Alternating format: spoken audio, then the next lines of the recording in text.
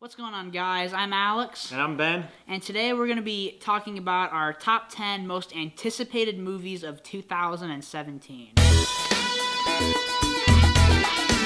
And how this is going to work is we're going to list off our honorable mentions, and then we're going to go down our top 10 list. Like, I'm going to give my 10, then he's going to give his 10, my 9, then his 9, and then we're just going to go down the list like that. Do you want to go first, or do you want me to go first? I can go first. All right, go first. Okay, so honorable mentions. First up, I got Thor Ragnarok.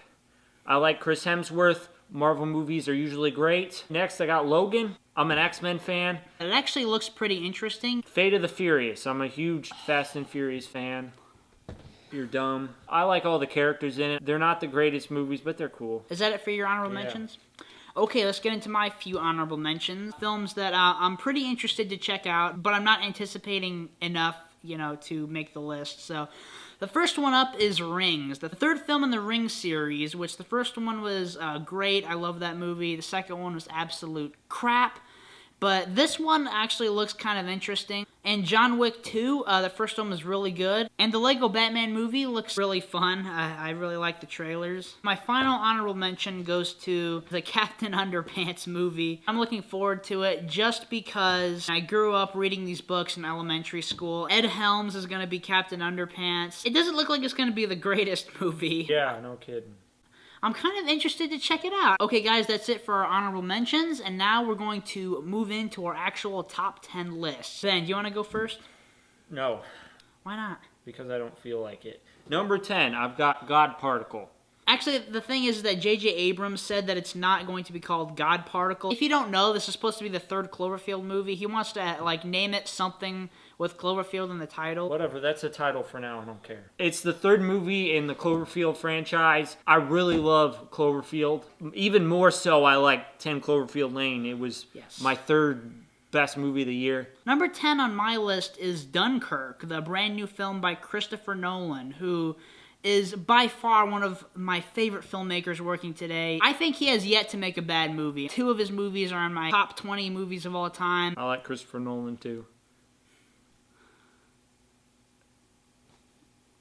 Number 9, Cult of Chucky. Yes! I've seen 5 of them. I haven't seen Seed of Chucky yet. Why not? I don't feel like it. Because I didn't like Bride. The first 3 were good. Curse of Chucky. It just wrapped up the series beautifully. It was awesome. I actually have a lot to say about this one. It's actually pretty high on my most anticipated movies of the year, so I'm going to be talking about that later on. My number 9 is Star Wars Episode 8. The Force Awakens I thought was a great movie. Rogue One I thought was really, really good. This one, it could be better than The Force Awakens. 8, Wonder Woman. The one thing that entices me about Wonder Woman is it's about one character. The problem with the other 2 movies is they had too many characters involved. Like the main center of attention. Like Suicide Squad, there were too many main characters. It didn't play out that well. But because this is only about Wonder Woman, I think they can turn it around. I actually agree with that. I think this movie could be better just on that, what you just said alone. My number 8 is Guardians of the Galaxy Volume 2. I really liked the first Guardians of the Galaxy. I thought it was a really good movie. I didn't like it as much as, other people did, but I thought it was a fun, adventure movie with great characters. This one could be better. Number 7, Star Wars Episode 8. I'm actually getting more into the Star Wars franchise. I've seen all the movies now. I'm anticipating Episode 8 to be good. My number 7 is Kong Skull Island, the new take on the King Kong story. Now, I absolutely love the 2005 King Kong movie directed by Peter Jackson. I think that is a great movie. I love that movie to death. It's my favorite remake of all time. I just think that is a complete masterpiece. This one looks pretty interesting. The trailers look pretty good. The plot sounds interesting. I don't think it's going to be better than the 2005 one. Have you seen the 2005 King Kong or no? Maybe. No. I don't think so. Well, you should watch it because I think it's good. No? Because you suggested it. Because I suggested a movie, yes. You say no. Uh-huh. Why? Because you like Saw. Okay, my number 6 is War for the Planet of the Apes. The 9th Planet of the Apes movie, the 3rd one in the reboot series. I am a huge fan of the Planet of the Apes saga. The original Planet of the Apes film is my favorite sci-fi, and it's in my top 10 favorite movies of all time. The reboot series is pretty good so far. I loved Rise of the Planet of the Apes. Dawn of the Planet of the Apes is really good, although I do like the first one more, and this one looks like that it could be better than Dawn. Can't wait to see it. My number 6 is also War for the Planet of the Apes. Oh, cool. I really liked Dawn of the Planet of the Apes. I thought it was a fantastic movie. Based off the trailers, War for the Planet of the Apes looks good. I have Spider-Man Homecoming as my number 5th. I don't like any of the Spider-Mans that they put out so far. You don't like any of them? No, none of them. Why? You didn't like Civil War? That's not a Spider-Man movie. Well, technically... Civil War is not a Spider-Man movie because he is not the main character. Yeah, you're right. Tobey Maguire, he's too cheesy of an actor. He's not good. I don't like him. And then Andrew Garfield, I guess he just couldn't play the character well. In a lot of ways, he was too confident and he had too much suave. Peter Parker, he's very quippy, but he's also a nerd, and you have to definitely bring that up. Number 5 on my list is Alien Covenant, the sequel to Prometheus and also a continuation of the Alien series. This is going to be the film to tie Prometheus and Alien together, and I can't wait to see that happen. The way Prometheus ended, I can't wait to see how they progress the story into the next one and how it ties in with the Alien series. My number 4 is Guardians of the Galaxy, Volume 2. I think this movie looks great. I love the first one. And they have the same returning cast. It's very promising to me. Number 4 on my list is the 3rd Cloverfield movie, or God Particle, whatever you want to call it. It's untitled as of now. I cannot wait for this movie because supposedly it's going to tie Cloverfield and 10 Cloverfield Lane together, and I really liked the first one. I don't like it as much as some people do, but I absolutely adored 10 Cloverfield Lane. I thought that was a great thriller. Great movie. I've seen it so many times. I really love that movie. I can't wait to see how they tie these two films together. My number 3, Beauty and the Beast, the live-action remake. I've been anticipating this movie for a while. I love the first one. I don't know how much singing they're actually going to do in it, because if they brought all the songs back, that might be a little bit too much. But they're going to have to bring back some of them. Number 3 on my list is Spider-Man Homecoming. I am dying to see this one. I am an enormous Spider-Man fan. I've loved the character my entire life. I have, seen all the movies numerous times. I've seen every movie in the theater besides Spider-Man 2. I adore the original Sam Raimi trilogy. I've seen those movies countless times when I was younger. I don't care what you say. Civil War was really good, and I thought Tom Holland really fit the character. I thought, man, that's Spider-Man. That's the character that I grew up with. Michael Keaton plays the Vulture. What's it with him and birds? Yeah, exactly. What is it with him and birds? Wait, it's the second time within the past, 3 years he's played a bird character. So I can't wait to see him play Regan Thompson again. I think they maybe could have picked a better villain, but I think Michael Keaton will do a really good job. So yeah, Spider-Man. Okay. That was stupid. What are you doing with your life? What are you doing with your life? Dude, that's stupid. Okay, my number 2 pick is...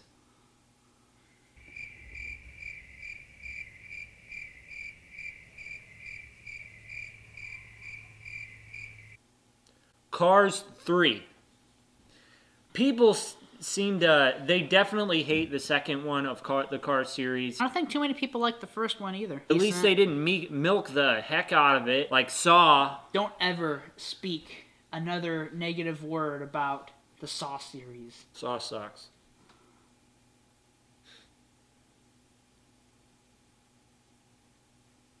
I love the first one so much. Looking back now, it's not a fantastic movie.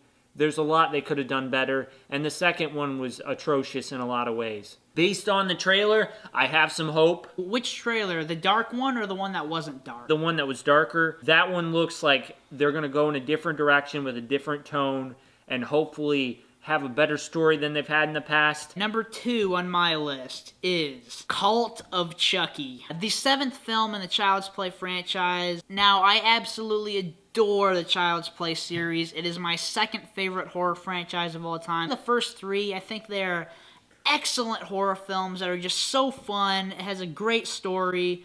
And I enjoyed Bride and Seed of Chucky. They're kind of guilty pleasures. But Curse of Chucky reinvented the franchise in the most awesome way they could have done it. I thought Curse of Chucky was a great horror sequel and did everything that a horror sequel should do. This one is also going to be directed by Don Mancini, who directed Curse of Chucky, so I have serious faith that this one is going to be good. And the plot to this one sounds so awesome. The plot is basically the girl from the first one, Nika, is in a mental institution. Chucky's coming back to kill her. Andy from the first film is supposed to have a huge role in this movie. And the plot synopsis says that in order for Andy to try to help Nika, he's going to have to try to get past Tiffany.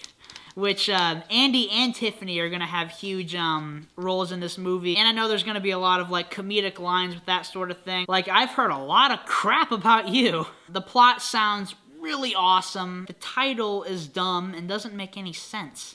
I mean, Cult of Chucky? When I heard it, I was like, what? Does he have a band of good guy dolls now that's going to run around ruining kids' lives? That would actually be not that bad of a movie. That would suck. What are you talking about? What do you mean? Why would it suck? Not if they did it right. It creates an empire of good guy dolls. That is the dumbest thing I've ever heard. No, it's not. It's stupid. There's actually nowhere for them to go with it from where they ended it. That was a fantastic movie. They shouldn't touch it, but since they're going to, I am still anticipating this movie. With the after credits scene of Curse of Chucky, I'm not going to spoil what happens, but that was epic and awesome and ended the series in the most awesome way. This is supposed to be 4 years after Curse of Chucky. I can't wait to see how exactly they make the story make sense, like with how Curse of Chucky ended. So I just can't wait to see how the story is going to unfold and quite possibly end. Okay, here we go, guys. Our most anticipated movies of 2016. Now, these are movies that not everybody is highly anticipating, but we are because we are both fans of these franchises. My number one most anticipated movie of 2017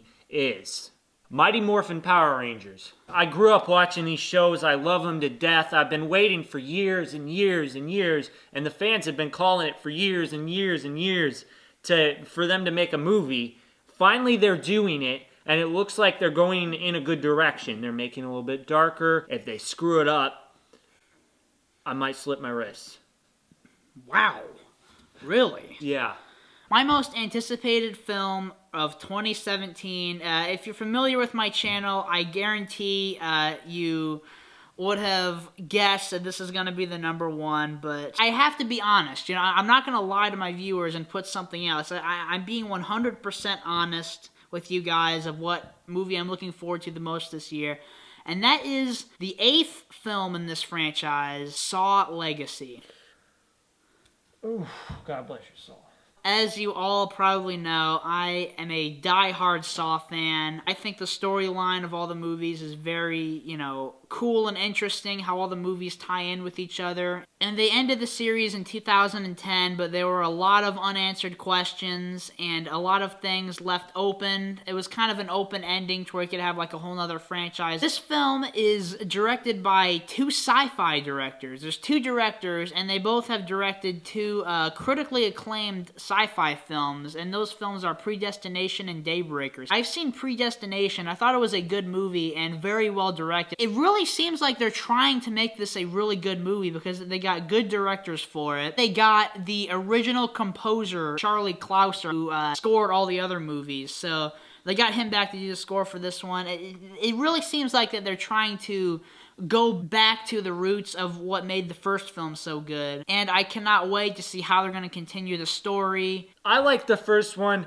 The second one was good, and the third one, I guess, was good. If you take the first 3, they're a good series. The last 4 movies, they just kind of took a dump. By the 4th one, they pretty much just lit it on fire and threw it down an empty well. It was, They were probably thinking about, how they're going to approach this movie. They thought, okay, we can't reboot it because, there's nobody that could top Tobin Bell. I guess they thought the only way they could reboot the Saw series is have it be in the same universe, which is true. There's no way they could just reboot it and, try to make a better movie than the first one, because I don't think they can. I really think that they're going in a good direction with this, and I really think that this has serious potential to be a really good movie. If this movie is completely character-driven and not completely focused on the traps, one of my biggest hopes with this movie is that Carrie Elwes is in it, who played Dr. Gordon in the first film. He needs to be a big part of this movie, or at least be in it for like a half hour or something like that. I really hope they don't do what they did with The Force Awakens and have, you know, Luke Skywalker be in it for like literally 2 seconds, like look at the camera. I really hope that doesn't happen. I really hope he has a big role in the movie. No, that's completely different. Like, Carrie Elwes, his character's still relevant, especially with the 7th movie. Luke Skywalker, they're completely not going with that direction because it's not really about him anymore. It's about other people. Okay, guys, that's going to be it for our top 10 most anticipated movies of 2017. Thank you so much for watching this video. Ben has a channel as well. Be sure to subscribe to him. The link to that will be down in the description below. Please subscribe. He mainly does Blu-ray updates and movie reviews. I will see you guys later. See you later.